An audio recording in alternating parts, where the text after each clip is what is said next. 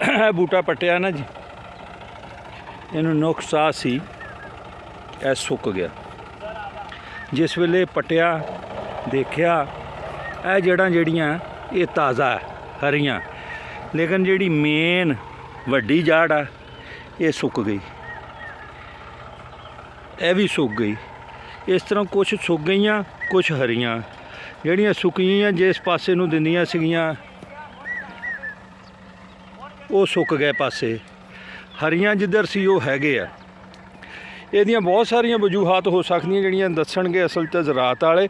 ਇੱਕ ਵੱਡੀ ਵਜ੍ਹਾ ਇਹ ਵੀ ਆ ਜਿਹੜੀ ਫਲੱਡ ਇਰੀਗੇਸ਼ਨ ਆ, ਪਾਣੀ ਜਦੋਂ ਅਸੀਂ ਲਾਣੇ ਨਾ ਬੜਾ ਕਹਿੰਦੇ ਤੁੰਨ ਕੇ ਲਾਤਾ, बड़े हिसाब किताब ਨਾਲ ਇਹਨੂੰ ਪਾਣੀ ਲਾਣਾ ਚਾਹੀਦਾ।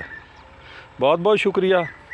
हसदे रहो तो वसदे रहो, शाद रहो तो आबाद रहो। अल्लाह ताला आसानियाँ अता फरमाए और आसानियाँ वंडन दा शरफ अता फरमाए। पाकिस्तान जिंदाबाद।